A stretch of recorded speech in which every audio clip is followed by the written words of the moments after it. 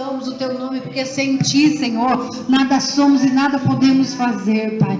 Mas contigo saltaremos muralha, nós seremos abençoados, felizes, e Senhor, regozijante na tua presença, porque tu és o nosso Deus, Pai. Vem, Senhor, derramar da tua graça sobre cada lar aqui representado, sobre cada família, Pai. Nós pedimos guarda nossas famílias debaixo do teu sangue, debaixo do teu poder, Pai, que o diabo não toque nos nossos filhos, nossos esposos, nas esposas, mas que nós possamos ser guardados por ti, Pai, em todo o tempo, em todas as áreas das nossas vidas. Traga, Senhor, a tua bênção em cada família, em cada lar, Senhor, de um modo especial. Senhor, nessa manhã nós vamos renovar a nossa aliança contigo, Pai. É lembrar que tu morreu em nosso lugar, para vivermos uma vida de vitória, uma vida de libertação, de graça, de vitória, de salvação, Pai. Tu pagou alto preço pelas nossas vidas, pelo nosso resgate, Pai. E nós queremos te exaltar nessa manhã. Queremos renovar a nossa aliança contigo, Pai. Senhor, haja algo novo em nossas vidas. Senhor, que o teu nome seja glorificado, Pai. Senhor, mais um dia de oportunidade que tu tem nos dado, Pai. Nós queremos te agradecer, te louvar, Pai, e bendizer o teu nome, Senhor. E que quando nós fizermos, Pai, haja, Senhor, em nós um renovo, vindo do teu Espírito, vindo do teu poder, vindo, Senhor, de ti, nessa manhã, para que o teu nome seja glorificado, Pai. Faz, Senhor, coisas grandes e tremendas sobre este lugar. Nós abençoamos este lugar, Pai, de um modo glorioso, de um modo especial, e que as tuas bênçãos recaiam sobre as nossas vidas de um modo glorioso, em nome de Jesus. Amém, Jesus, aleluia. Deus é bom, Deus é poderoso, amém, aleluia. Soberano é o Senhor, aleluia, aleluia. Aleluia. Louvado seja Deus. Eu deixei essa letra aqui, que para a gente... Os louvores, quando a gente não escolhe por causa do que está dentro da letra, mas a gente escolhe pelo título. E depois que nós começamos ao longo do louvor, a gente começa a observar que o que a gente vai pregar tem tudo a ver com o que está escrito nas letras. E nós vamos pregar sobre sepulcro caiado. O que tem dentro do sepulcro? O que te vem à mente quando se fala de sepulcro? Se fala de morte, coisa morta, pessoas mortas, ossos. É isso que nós somos. E se você ler esse pedaço desse louvor e você olhar para a igreja, aonde que a igreja de hoje se encaixa nesse pedacinho de louvor? Quando nós lemos assim: o teu reino é sempre eterno, firmado em misericórdia, justiça, igualdade, bondade, fidelidade. A tua igreja te adora, a tua igreja te adora. Passa a ser um tanto hipócrita quando você lê o pedaço de cima. No que a igreja tem sido misericordiosa? No que a igreja tem praticado a justiça? Onde está a igualdade dentro da igreja? Aonde está a bondade e a fidelidade? Nós estamos lidando com pessoas. Nós estamos falando de igreja. Da igreja que se chama pelo meu nome. O Senhor, Ele estabeleceu em 2 Crônicas 7,14: se o meu povo que se chama pelo meu nome, Ele vai usar as práticas que Deus nos ensina. Aonde está a misericórdia para com os que estão de fora, se os de dentro você não tem misericórdia? Aonde está a bondade para com os de fora, se com os de dentro você não tem bondade? Aonde está a igualdade para com os de fora, se você não tem sido igual dentro?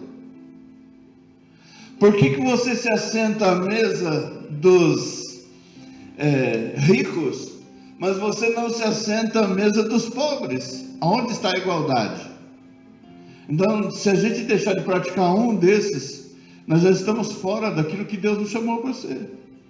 Se o reino de Deus é firmado nisso, com base nisso que eu creio na palavra de Deus dessa forma, onde é que está a igreja do Senhor? Que caminho que ela está?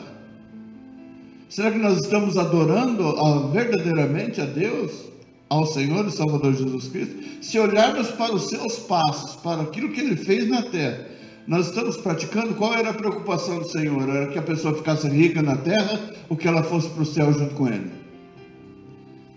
Quando Ele disse, eu vou para o Pai, eu vou preparar para vocês um lugar, Ele não disse que o nosso lugar seria aqui, Ele disse que seria junto dEle, junto ao Pai. Então, quando nós falamos de santificação, de santidade, Jesus se separou para nós, e nós temos que nos separar para Ele. Então, a santificação é esse processo, é a gente ir se separando cada vez mais das coisas do mundo, para nós estarmos cada vez mais próximos de Jesus. Caso contrário, isso não encaixa. Nós não podemos, nós estamos dentro desse versículo, desse texto que nós vamos ler, que a religiosidade é a prática da religiosidade. Nós, como cristãos e como servos de Deus e como crentes, nós estamos muito atrás dos católicos. Porque pelo menos os católicos, eles não têm o entendimento que a gente tem, mas eles fazem uma coisa prudente, dentro daquilo que eles entendem. Eles entendem que por trás daquela imagem existe um Deus, e então elas se curvam diante daquele Deus. E nós não temos imagem, porém, nós não adoramos a Deus como deveríamos. Nós não nos curvamos diante dele como deveríamos nos curvar. Então nós estamos muito atrás. Nós não praticamos a misericórdia como eles praticam. Porque que a Giovanici nunca teve uma cantina. Exatamente porque dentro da igreja tem pessoas que não têm condições de comprar uma coxinha sequer.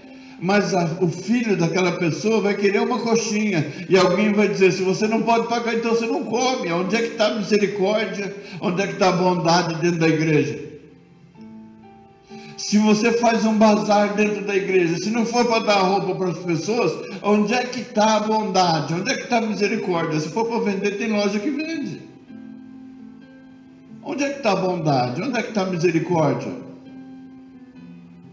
Se nós entramos dentro da... Aí eu penso assim, hoje, com que cara a gente chega para adorar a Deus e dizer, Senhor, eu te adoro, a tua igreja te adora. Com que cara a gente chega para Deus? De que maneira nós chegamos para Ele, se nós negamos até mesmo para aqueles que estão próximos de nós? Onde é que está a misericórdia quando a gente se vangloria de algo que você não fez? E você quer, vamos dizer assim, que vanglória existe o ladrão em roubar um celular de quem trabalhou? Qual é a glória dele? Mas a televisão quer dar glória para ele, porque ele conseguiu ir lá e roubar aquilo. Então, vamos lá, vamos dar flashes para ele, porque ele merece. Onde é que está a bondade nisso? Onde é que nós vemos isso dentro da igreja? Onde é que está a bondade? Isso é para a gente parar assim, analisar e falar, Senhor, nós estamos em 3, mas existem lugares lotados. Esses lugares lotados, eles estão fazendo isso. Porque se tiver uma cantina lá, aquele que estiver desempregado não vai comer. Se ele não tiver dinheiro, ele não come. Então isso não é bondade. Isso não é igreja. Aí quando nós queremos igualdade, igualdade de que maneira? Todos nós estamos no mesmo nível. O pastor está no mesmo nível. A palavra de Deus, quando se fala de pastor e ovelhas, ela fala que o pastor tem que estar no meio das ovelhas. Ou seja, no mesmo plano, no mesmo nível. Deus não colocou ninguém acima de ninguém.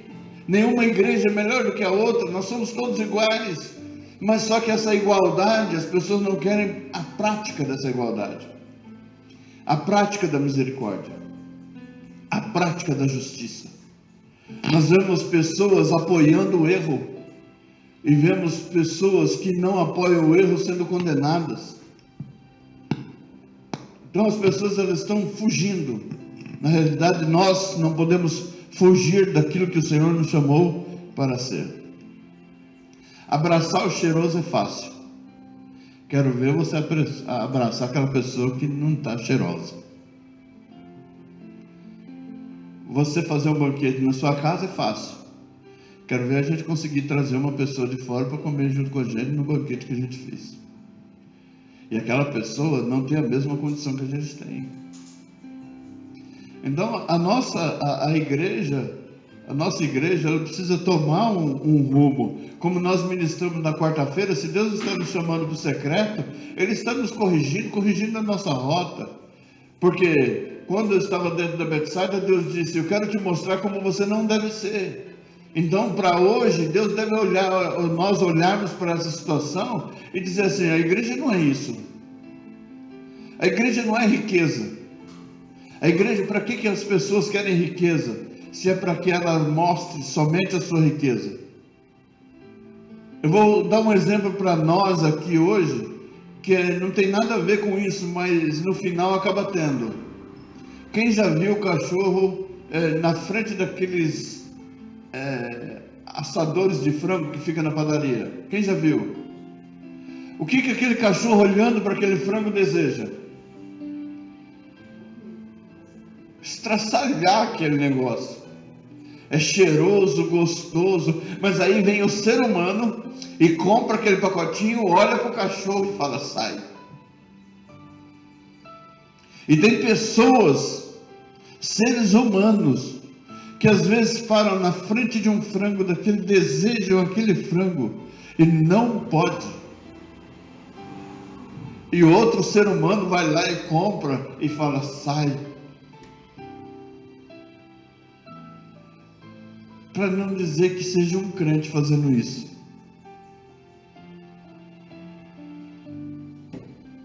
Para vergonha nossa. Então, se Deus está colocando dentro dos nossos corações palavras duras como essa, significa que é para a gente começar a observar. Porque aquele que tem um carro bom, ele passa por cima de quem não tem carro, mas está indo para o mesmo lugar. Olha que coisa interessante, você está indo para a igreja e tem um casal com criança no colo indo para a mesma igreja, mas você não tem coragem de parar e levar aquele casal junto com você. Onde é que está a bondade? Onde é que está o amor, a misericórdia, o amor de Deus? Cadê? Eu estou falando de experiências, estou falando de situações que eu vivi. Como pode você, como crente, dizer assim: olha, estamos indo comer uma pizza? Você não pode porque você não tem. Onde é que está a conversão? E se converter a Cristo, significa a gente se punir, a gente se colocar na posição que Cristo se colocou. Aí eu te pergunto: Jesus, ele tinha pão para dar para uma multidão? Ele tinha pão? Ele não tinha pão. Mas alguém tinha. O que Jesus tinha? Poder, intimidade com o Pai. E ele pegou aquele pão, ele pegou aquele peixe, agradeceu a Deus e Deus multiplicou aquele pão. Ou seja, quando nós semeamos, Deus multiplica. Deus multiplica. Só que Ele não multiplica para a gente não recebe de imediato. Ele multiplica para que todos comam, para que todos se alimentem. Nós estamos aqui, eu cortei 2 fatias de pão, dá 4 pedaços, 9 pedaços, cada 18. Só 3 vão tomar ceia. Por enquanto. Não sei se vai chegar alguém. Quantos vai sobrar?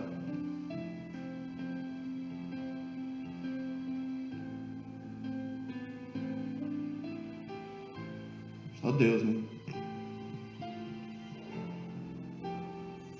A gente deita numa cama e às vezes nós vemos pessoas que elas não vão conseguir deitar numa cama. pastor, então nós temos que pegar o que é nosso. Não, a gente tem que ter misericórdia. Jesus, ele não podia fazer aquele pão, ele não tinha o pão, mas ele orou para que Deus providenciasse pão para todo mundo. A misericórdia também é orar. Orar para que todos tenham a mesma condição. A gente chegar no almoço de domingo e orar, Senhor, obrigado por este alimento, mas existem mesas que não têm, então, Senhor, providencia, porque Tu és o Deus que providencia. Não sejamos egoístas de a gente olhar assim para aquilo que é nosso, a gente se alimentar, a gente encher a nossa barriga, mas com certeza existem pastores que não vão ter na sua mesa aquilo que ele gostaria de ter. E eu estou falando assim, olha, de experiência de pastor, de experiência de ser filho de pastor. Enquanto todo mundo festeja, o filho do pastor sofre. E a igreja faz o quê? Nem se importa. Saindo com meu irmão esses dias, ele disse para mim assim que ele conhece um apóstolo que tem uma igreja com 1.600 pessoas. Repete comigo, 1.600 pessoas. Esse apóstolo pegou Covid. Ele ficou 38 dias internado na UTI. A igreja abandonou a sua família em 38 dias, com 1.600 membros. Esse apóstolo, disse o meu irmão, ele subiu numa marquise de um prédio para se jogar de lá. Passou um dia e uma noite pensando em suicídio. Tamanha angústia, agonia e aflição da alma. E nós queremos dizer que nós podemos adorar a Deus. A igreja no Brasil pode adorar a Deus? Não pode. Não pode, porque ela não está alicerçada nos fundamentos. A Bíblia diz no livro de Atos capítulo 2 o que? Que o povo se reunia em conjunto e tinham todos unanimemente o mesmo pensamento. Ninguém poderia ficar mal. Ou seja, todo mundo teria que ter uma casa para morar, todo mundo teria que ter um lugar para ficar, todo mundo teria que ter uma mesa abençoada para comer, todo mundo tinha que ter um alimento. Quando a gente vê Ananias e Safira na sua ignorância e na sua, como é que a gente fala? Quando você quer tudo para você, o egoísmo, aquele egoísmo de você querer ter sempre mais. Eles olharam para os apóstolos e falaram, vamos enganá-los, nós vamos vender uma propriedade e esse dinheiro nós vamos dar uma parte para os apóstolos e a outra parte a gente guarda. Quando o pensamento era todo mundo igual, igualdade, todo mundo igual, todo mundo tendo a mesma coisa, todo mundo com a mesma farta. Por que hoje se fala em cooperativa? Cooperativa, ouvi alguém dizendo esses tempos atrás que a empresa que fabrica aqueles produtos que a gente come, eu vou falar aqui, né, a Aurora, ela tem uma cooperativa de 100 mil famílias que trabalham para que todos tenham um mesmo lucro, estejam todos da mesma maneira. A pastora uma vez falou assim, como se nós fôssemos família mesmo, nós nos reuniríamos, todo mundo precisa fazer compra todo mês. Então a gente vai e compra um pacote de arroz, um fardo de arroz. E lá tem, vamos colocar 5 pacotes. Quanto sai um fardo e quanto sai um pacote? Se a gente se unir, dá um pacote para cada família, um pacote para cada situação, e você compra tudo assim, todo mundo compra junto e não falta para ninguém. Mas olha o egoísmo. Nós estamos falando de crente, nós estamos falando de nós. Qual é o nosso egoísmo? Eu vou fazer compra, então eu faço compra para minha casa. O outro fala, eu faço compra para minha casa. O outro fala, eu faço compra para minha casa, mas dentro da igreja. Então vamos levar o quilo. É domingo da primícia, então vamos levar. O que a gente leva? Fubá e sal. E come cavalo. É como se estivesse dando alimento para cavalo. Vamos semear roupas, meia furada, cueca rasgada. Isso é a semeadura do crente. Eu estou dando aquilo que não serve mais. Já usei até gastar. Isso é o que está sendo semeado. E depois vira para Deus, a tua igreja te adora. Que cara de pau é essa de virar para Deus e falar, a tua igreja te adora? Isso só porque o Senhor chama a gente de sepulcro caiado. Por fora, uma beleza, mas por dentro é um túmulo. Oca, gente oca. Gente vazia de princípios de Deus. Como que eu posso passar por um lugar e saber que por exemplo, vamos colocar assim, como que um filho pode passar pela casa do pai, na frente da casa do pai, e não entrar na casa do pai como se ele não fizesse parte daquela família? E depois ele vai para a igreja e adora a Deus. Como isso? E não tem essa, não, mas eu pedi perdão, não encaixa. Não encaixa nos princípios do Senhor. Se Ele quer uma coisa justa, isso não se encaixa. Deus, Ele quer o quê? Unidade, intimidade. E se Ele quer intimidade, Deus, Ele vai querer intimidade com gente assim. Você pode montar um monte de gente perto de você, mas Deus não está com você. Adianta você construir uma mansão e dizer, essa mansão aqui é para aquelas pessoas necessitadas. E eu vou colocar as pessoas todas aqui, mas eu não vou chegar perto dela porque eu tenho nojo. Aí eu te pergunto, como é que Deus vai receber isso? Para Deus o que importa mais? Aquilo que você tem o poder para construir ou a forma como você tem de agir? Para Deus o que importa mais? E Deus, Ele estava falando nesse texto que nós vamos ler, nem lemos a Bíblia ainda. Ele estava falando com pessoas que achavam que faziam tudo para Deus. Essa que é a grande realidade. Vamos ler aqui em Mateus capítulo 23. A partir do verso 15.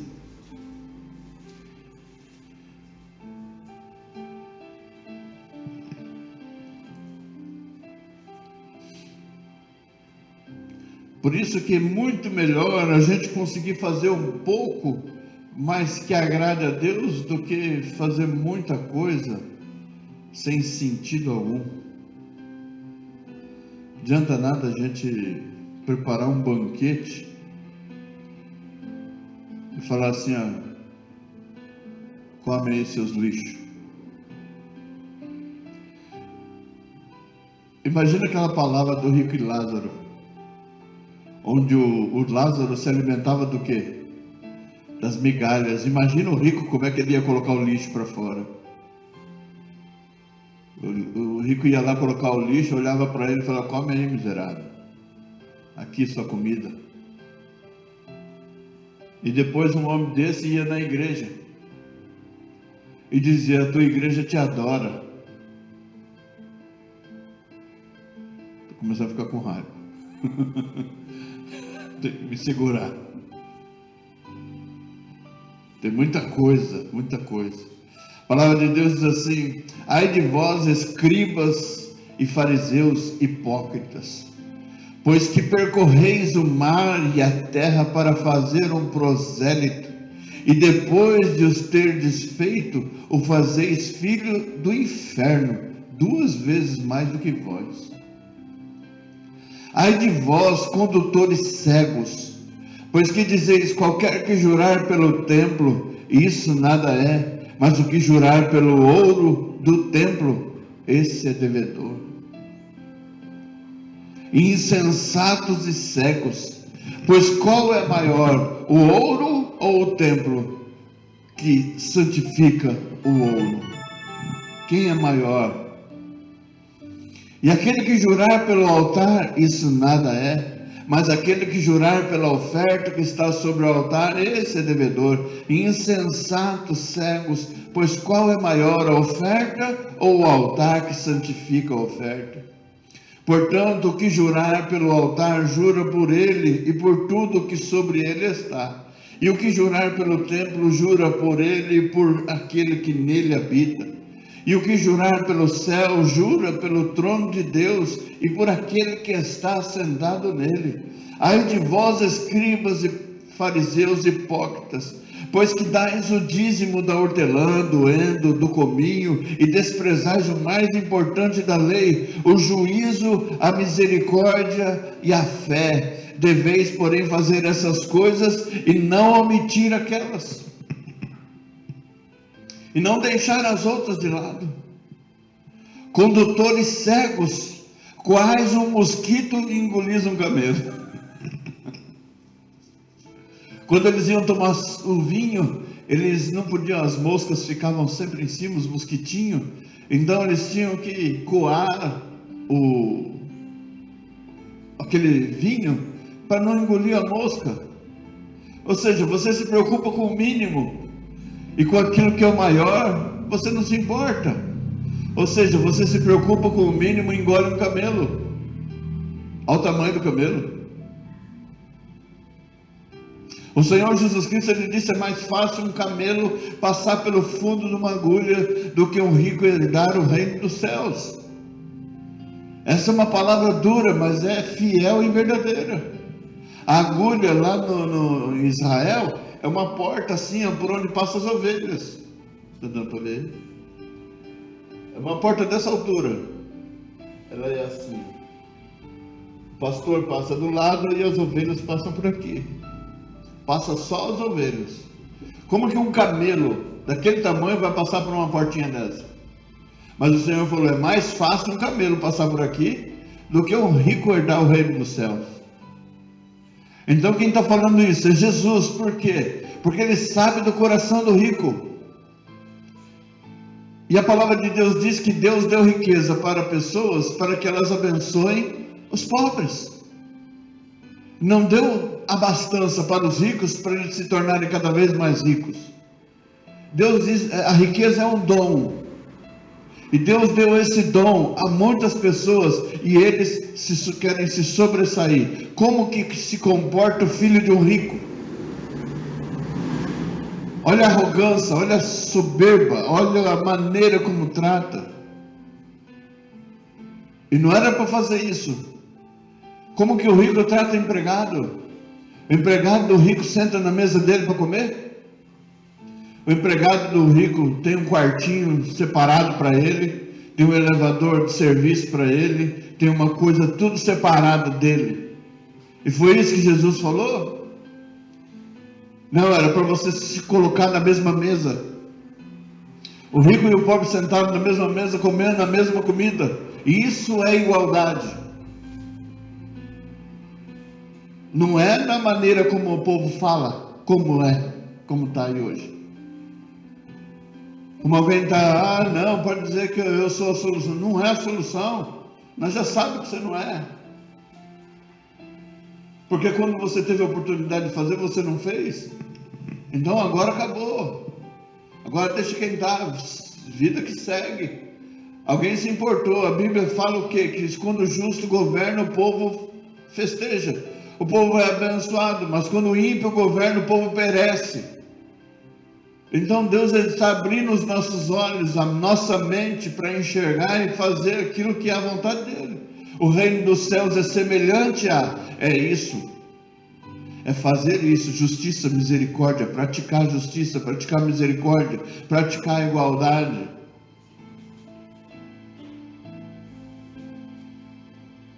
Nós tivemos aqui uma pastora que eu carreguei ela no meu carro 12 anos.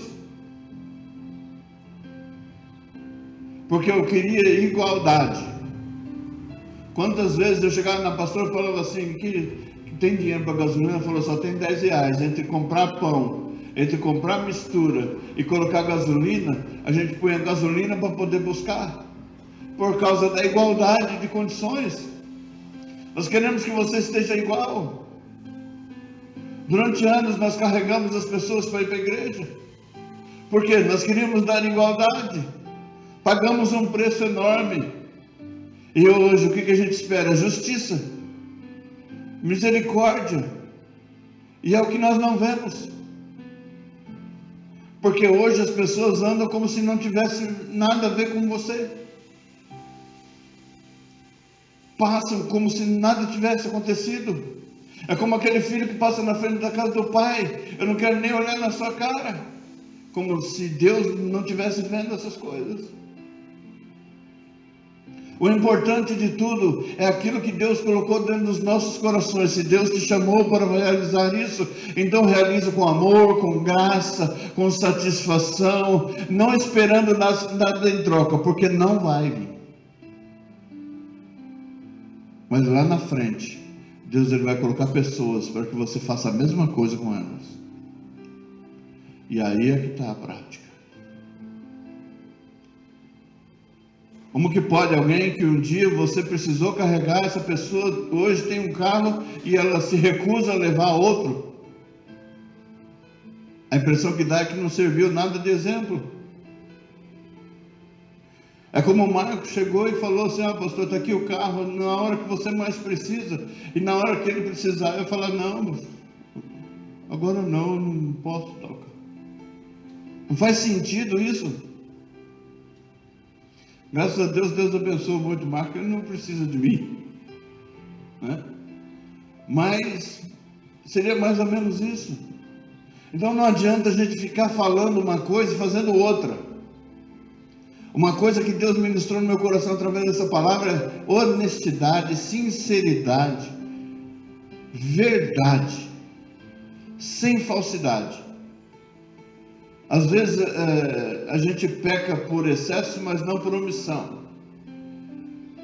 As pessoas podem ter saído da igreja, mas nenhuma delas leva no coração delas uma coisa que eu menti para elas. Isso eu não menti. Pode falar que o pastor era duro, que o pastor era isso, que o pastor era aquilo, mas mentir eu não menti. Tudo que tinha que falar eu falei. Se doeu, amém. Mas foi Deus que mandou. Vamos uma palavra dessa que nós estamos ouvindo. Precisa de uma palavra dessa para nós três? Uma palavra doída dessa? Que é para chacoalhar o nosso coração? Às vezes a gente fala assim, não, eu fui lá e comi pastel junto com você. Não sabe se eu não queria, é que eu não posso chegar para o outro e falar assim, eu queria levar uns pastel para minha esposa. Tem que sentir no coração. Outras coisas ele sentiu no coração e fez. Mas eu não posso fazer isso. Tem que deixar a pessoa sentir na alma. Deixa Deus trabalhar. Nós lemos até o verso 24, né? Verso 25. Ai de vós, escribas e fariseus e hipócritas, pois que limpais o exterior do copo e do prato, mas o interior está cheio de rapina e iniquidade. Rapina é violência e roubo. Você limpa por fora, mas por dentro está oco, está cheio de maldade, está cheio de situações, de palavras ruins, de desejos. Imagina só, você chegar numa pessoa onde ela perdeu. Eu queria que você olhasse aqui para mim. Eu não sei aonde que uma pessoa possa ter uma mentalidade dessa. Mas você vai num velório e você vê ali uma pessoa uma família, uma esposa que ficou viúva, perdeu isso em dezembro. E alguém olhar para outra pessoa que está viva e desejar a morte daquela pessoa.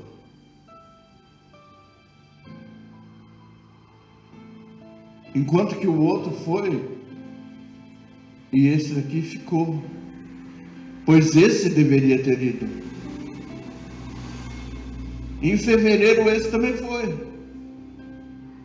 Aí eu te pergunto, e essa pessoa, ela está bem vestida por fora, ela tem uma aparência boa, mas por dentro ela é má, muito má. O Senhor, lá em Gênesis, quando Ele traz o dilúvio, Ele analisa o comportamento humano, Ele diz, o homem é mau inteiro, ele é cheio de maldade. Por isso Deus decidiu destruir a humanidade.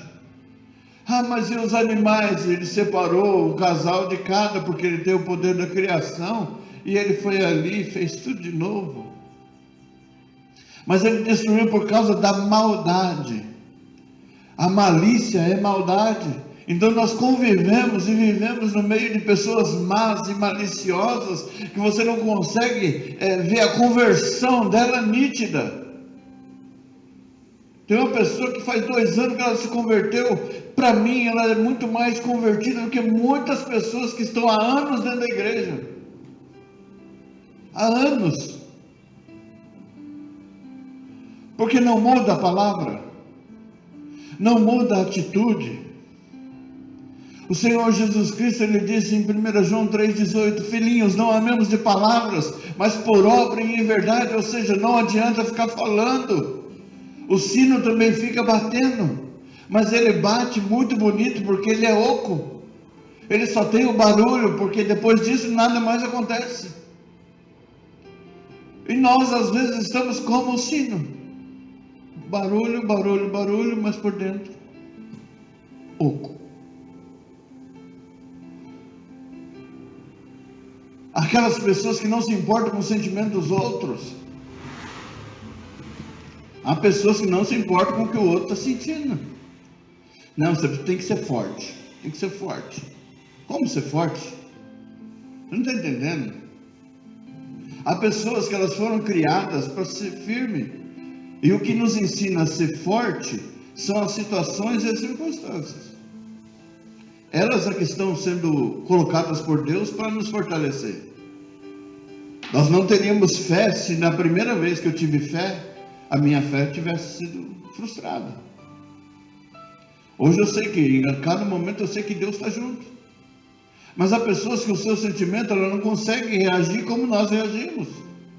Mas isso não significa que nós somos melhores do que ela. Significa que Deus já trabalhou no nosso coração e está trabalhando no dela, para que ela seja forte também. E qual é a misericórdia de quem já está forte? É como aquele que está ali no hospital. Você já viu alguém internado num quarto onde tem 5 pessoas, 5 camas, e aquele que fica melhorzinho começa a ajudar os outros que não estão bem? Olha, eu já melhorei, agora eu posso te ajudar a melhorar também. O Evangelho é isso. Se Deus nos levantou para ajudar outros a se levantarem também, e não ficarmos como os hipócritas, os fariseus. Eu ainda marquei aqui, coisa interessante, os doutores da lei, eles elaboravam as leis, os escribas escreviam as leis e toda a história. Os escribas são esses que escreveram. Por exemplo, o apóstolo Paulo chamou Lucas, o doutor, e disse para ele, escreve. E ele escreveu. Ele escreveu o livro de Lucas, ele escreveu o livro de Atos. Depois ele escreveu a carta para o apóstolo Paulo aos Romanos. Depois ele falou, escriba. Eu estou escrevendo, mas o pensamento não é meu. Quem escreveu a Bíblia, o pensamento não é dele. Ele está transcrevendo aquilo que ele está ouvindo. Então ele deixou escrito, foi desta forma. Então o escriba vai lá e escreve, e o fariseu executa. É bem aquilo que o governo brasileiro tem: o legislativo, o judiciário e o executivo. São 3 braços. Então o legislativo, ele elabora as leis, o executivo executa, o judiciário julga, mas precisa ter alguém que escreva. Então dentro do legislativo tem alguém que escreve as leis. Então alguém estuda as leis, vamos elaborar as leis, outro vai lá e escreve as leis, e outro vem e executa essas leis. O Senhor Jesus está dizendo, vocês sabem fazer muito bem as leis, mas vocês não sabem praticar as leis. As leis eles fazem para que a gente cumpra, e eles não precisam cumprir, porque eles se colocam acima da lei. Ou seja, eu que fiz a lei, então eu estou acima dela. Não, experimenta fazer uma lei onde você se coloca junto. A igualdade é o que o Senhor Jesus Cristo fez. Ele deixou o esplendor da sua glória, e a Bíblia diz que ele se fez homem. Ele se tornou homem, andou no nosso meio, ou seja, a igualdade de condições. O seu reino é soberano porque ele foi igual a todos nós. Aonde está a diferença? A diferença é que ele suportou aquilo que a gente não suporta, que ele entendeu aquilo que a gente não consegue entender, que ele passou o processo que a gente às vezes não consegue passar e não chega nem perto. Então o Senhor Jesus Cristo, ele deu para nós o exemplo. Então ele está dizendo, vocês escribas, fariseus, hipócritas, vocês fazem certo uma coisa, mas vocês não praticam. Vocês falam as coisas, mas vocês não fazem. E vocês se importam muito com a aparência, mas vocês não se importam com o interior. Vocês se importam muito com a aparência e vocês não se importam com o sentimento dos outros. Então, se você faz dessa forma, você não está no centro da vontade de Deus. Eu posso não saber o que sente o casal Vilma e Marco. Eu posso muito bem não saber o que sente. Mas eu posso imaginar você ter uma pessoa como Juliana. Eu posso imaginar. Então, dentro dessa imaginação, a Bíblia me ensina, seja misericordioso, seja compassivo, seja amoroso com o sentimento de quem passa por isso. O Senhor Jesus Cristo, quando ele disse assim, interceda pelos presos, pelos cativos, como se estivesse preso com eles. Então não é uma coisa simples. Não é somente a gente chegar aqui e falar, não, Senhor, eu te adoro, mas e aí? Na prática. A Giovanice não praticou, não adianta. Nós não praticamos nada, mas o pastor não quis exatamente por causa desse momento que nós estamos vivendo. Qualquer passo que nós demos, tem alguém olhando para pegar o nosso passo. É a mesma coisa, observa a árvore. Quando chega nessa palavra, observa a árvore e vê os frutos que ela produz. Essa árvore produziu frutos, mas os frutos não produziram frutos. Ovelhas geram ovelhas, as ovelhas não geraram ovelhas. As ovelhas se tornaram estéreis. Elas não geraram ovelhas. Agora, o que se faz hoje? Você carrega aquilo que você tinha. Você continua não produzindo. Qual é a novidade da terra? A novidade da terra é o brotinho novinho que está saindo. É como é que você vai alcançar esse brotinho novinho. É a novidade. Por que uma vez eu disse assim, olha, eu oro por você, mas você não pode pedir oração para mais ninguém, nem pedir para santo, nem para Aparecida, nem para ninguém. Porque depois que você chega e recebe a bênção, você vai querer dar uma vela para fulano, você vai querer dar um drops para o outro, drops é bem antigo, né? Vai querer dar uma bala para o outro, vai querer dar um negócio na água, você vai querer fazer... Ou seja, todo mundo participou.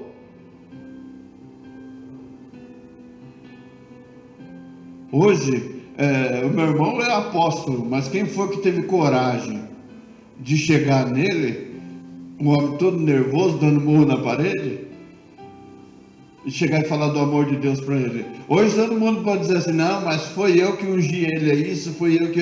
Mas quem foi que ganhou ele para Jesus foi eu. Vamos para aquilo que é a raiz. Aí eu também não posso me vangloriar, porque foi Jesus que mandou eu fazer aquilo. Então, quer dizer, a glória não é minha, nunca vai ser minha. Então nós precisamos produzir aquilo que não seja aparente, mas que seja marcante. O que Jesus fez na nossa vida foi marcante, foi algo para marcar nossas histórias. Existe duas fases da nossa vida, uma sem Cristo e outra com Cristo. E ponto final. Sem Ele, nada do que existe na nossa vida seria possível.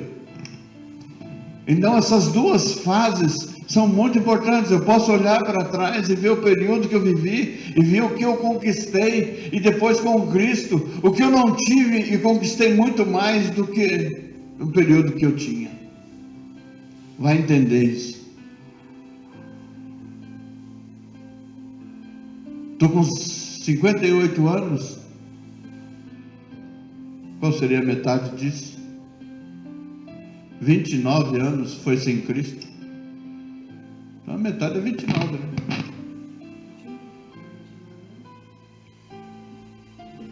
29 e 29. 29 anos sem Cristo e 29 anos com Cristo. Sem Cristo, eu cheguei no fundo do poço. E com Cristo, eu estou em cima do poço. E glória a Deus por isso. E bebendo a água do poço.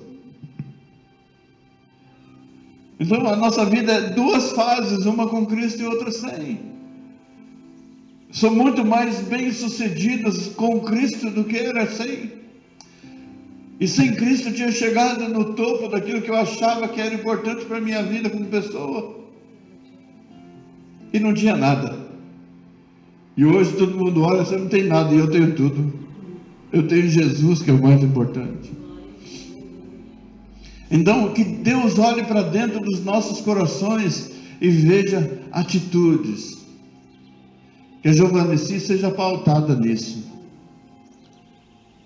Misericórdia, justiça, igualdade, bondade, fidelidade. Uma das coisas mais importantes é ser fiel.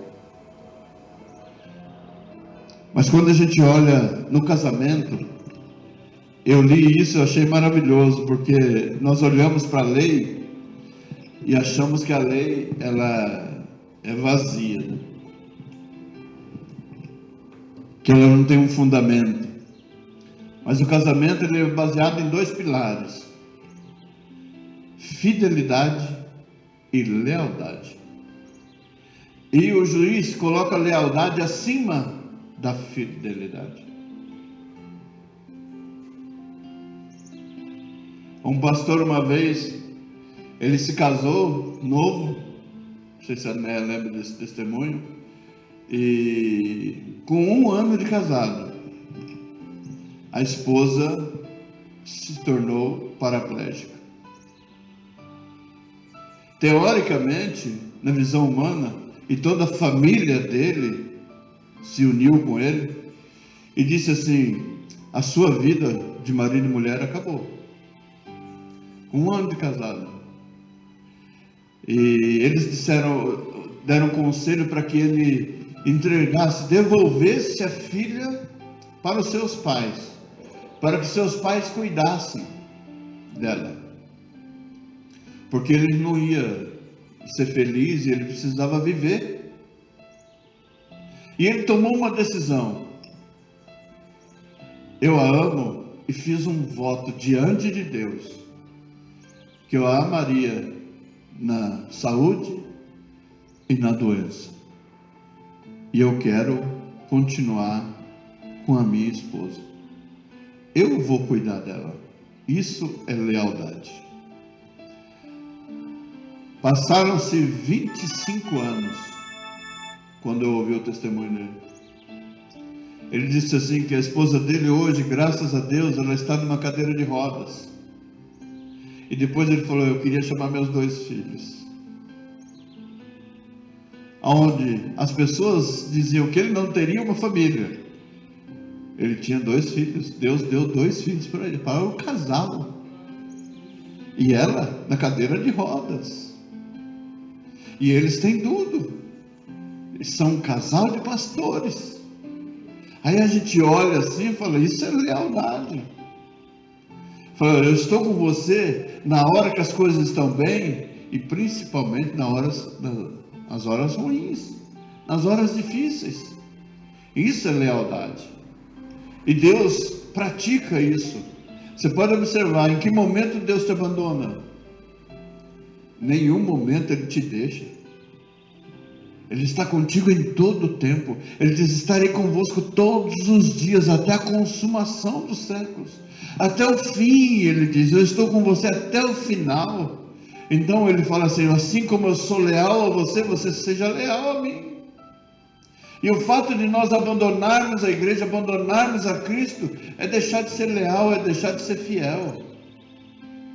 Então olhemos para isso nessa manhã, e olhemos para dentro dos nossos corações, a saber onde está a nossa fidelidade, a nossa lealdade, primeiramente para com Deus, e depois para com aqueles que estão próximos a nós. Amém? Senhor Deus Todo-Poderoso, Pai querido, eu quero te louvar por esta palavra, eu quero te agradecer, Senhor amado, por esta palavra, Pai. O teu reino, ele é sempre eterno, é um reino sem fim, é um reino, Senhor, que ninguém consegue determinar o seu início e também não consegue, Senhor, determinar o seu final. Ele não tem começo e também não tem fim. E tu és um Deus soberano que está acima de todas as situações, acima da humanidade, acima de tudo aquilo que existe, Pai. Tu és soberano, soberano Deus. E esta palavra vem, Senhor amado, primeiramente para confrontar os nossos pensamentos, confrontar, Senhor amado, a nossa vida, Pai, e nos colocar diante de Ti, Pai. Como o Senhor teve um secreto com esses fariseus, com esses saduceus, com esses escribas, onde se diziam doutores da lei, Senhor, mas não eram praticantes, elaboravam para os outros, mas não havia prática neles. E o Senhor chama a sua autoridade espiritual sobre a face da terra, chama, Senhor amado, para a prática daquilo que se prega, e não somente pregar, mas praticar isso, Senhor. Então, Senhor amado, nos dá da tua sabedoria, nos ensina, Senhor. Pai querido, repreende o amalequita, Senhor, aquele que rouba a plantação que nós plantamos, ó Pai.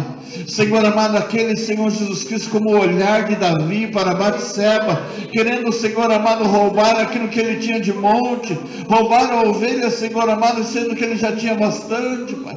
Senhor amado, olha, Senhor Jesus Cristo, para as nossas vidas, nos orienta, Senhor amado, nos dirige e nos encaminha a praticarmos aquilo que é a tua boa vontade, aquilo que é a tua palavra. Senhor amado, para quando chegarmos diante de Ti, Senhor, apresentarmos as ovelhas que o Senhor nos deu, Pai querido, para que o Teu nome seja glorificado, Pai, para que o Teu nome seja exaltado, Pai. Eu Te louvo, Senhor amado, pela fidelidade das Tuas servas e pela lealdade das Tuas servas, ó Pai. Que todo mundo, Senhor amado, poderia agir da mesma maneira, Pai, mas existem duas pessoas, Senhor amado, que elas decidiram, ó Deus, ser leais, ser fiéis a Ti, Pai. E eu Te louvo, bendigo o Teu nome, Pai. Eu quero Te agradecer pela vida da pastora Neia, eu quero Te louvar pela vida dela, Pai. Eu quero Te louvar pela vida da diaconisa Vilma, Pai. Eu quero abençoá-la com todas as bênçãos de sorte nas regiões celestiais. Pai querido, que os seus lares, Senhor amado, sejam abençoados, seja próspero, Senhor amado, que o Teu nome, Senhor amado, sobre ela seja glorificado. Senhor amado, nas suas necessidades, ó Deus, supre cada uma delas, nas suas mais íntimas necessidades. Usa, Senhor amado, os Teus filhos, usa as Tuas filhas, Senhor amado, para abençoá-las, que elas tenham em todo o tempo, por onde quer que elas caminhem, ó Deus, porque este ato, Senhor, está registrado lá na glória.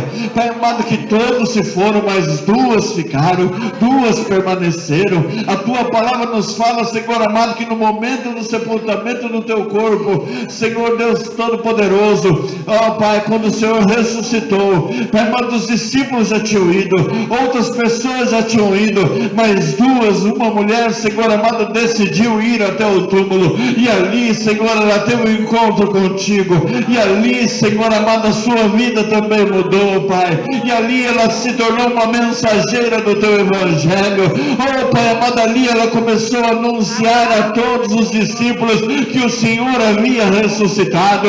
Pai amado, ali ela começou a falar do teu amor. Ali ela disse: eu vi o Senhor ressurreto. Pai amado, ali ela começou a transmitir o evangelho. Senhor amado, começou a ser transmitido, Pai. E eu te louvo, Senhor amado, por isso. E eu engrandeço o teu nome, Pai amado, por isso, Pai. Então eu te louvo, Senhor, por esta manhã e te agradeço, Pai. Em o nome de Jesus Cristo. Amém, Jesus. Aleluia. Aleluia.